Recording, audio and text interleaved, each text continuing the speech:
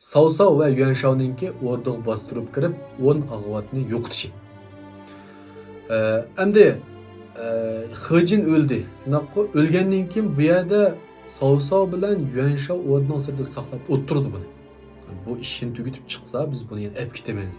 Shuning bilan saqlab o'tirgan vaqtida osmondan bir narsa to'kib tushdi.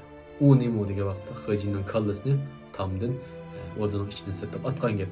Yetib-yetibla ag'vatdan birisi hammanglar joyinglar qaytinglar. He Jin hozir o'ldi. Xonish yangidan yorliq tushirmoqchi.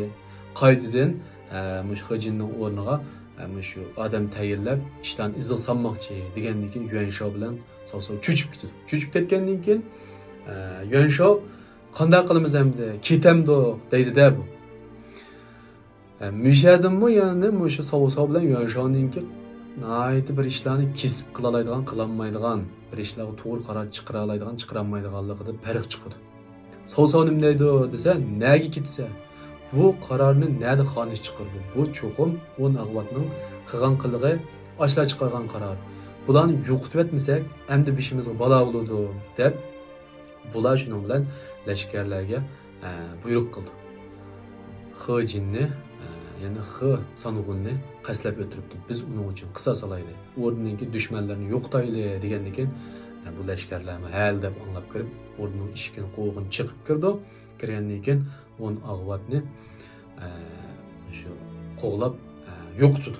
Ammo shu yo'qotish jarayonida o'rnining ichida ma'lumotchilik chiqadi. Asosan bu o'rnining ichi degan qat'iy bu jang bo'ldigan yer emasda, ammo mishada jang bo'lib qoldi. Jang bo'lgandan keyin buning ichidagi podshoh, malika, bu xonish deganlar bor.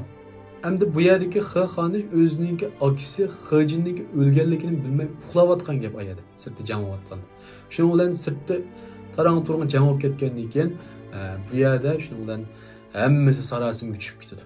Jangchilar o jang qiladi, lekin boshqa malika, podshoh, shahzod deganlar qo'rqida boshqa sirtdan dushman bostirib kirgan o'xshaydi. Podshohga qasd qilgan o'xshaydi deb shuning bilan podshohni ilib qochdi bu malaylar. U bo'la degandek qochgandan keyin shuning bilan bu yerdagi Liu Bian bilan Liu Shi ikkisini shu boshqa ag'vatlar hamda boshqa shu bunun qaraydigan shu yordamchilari ap qochdi. Qochib o'rniga oqishidan chiqdi. Ular Cao Cao bilan Yuan Shao bu 10 ag'vatni izlab yurib tepib bilan o'ttirdi, lekin butun o'rnin qizib bu podshohni topolmaydi.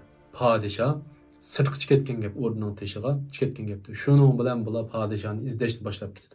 Izlab topolmaydi. Chunki podshoh kimning o'zini qutqizdigan, kimning o'zini qasdlaydiganligini bilmagandan keyin bu qochib, yushurinib yurgan gapda. Yushurinib qochib yurib, ag'vatlardan ayrilib qolib, ag'vatlarning o'zining jinini jon etimiz deb bu podshohlarni tashlab qochib ketib, oxirida 2-3 tal ag'vat bilan 2 podshoh hamda Liu Shi bilan Liu Bian yolg'iz qoladi o'rnining sirtida, chat yerda, sahro bir yerda.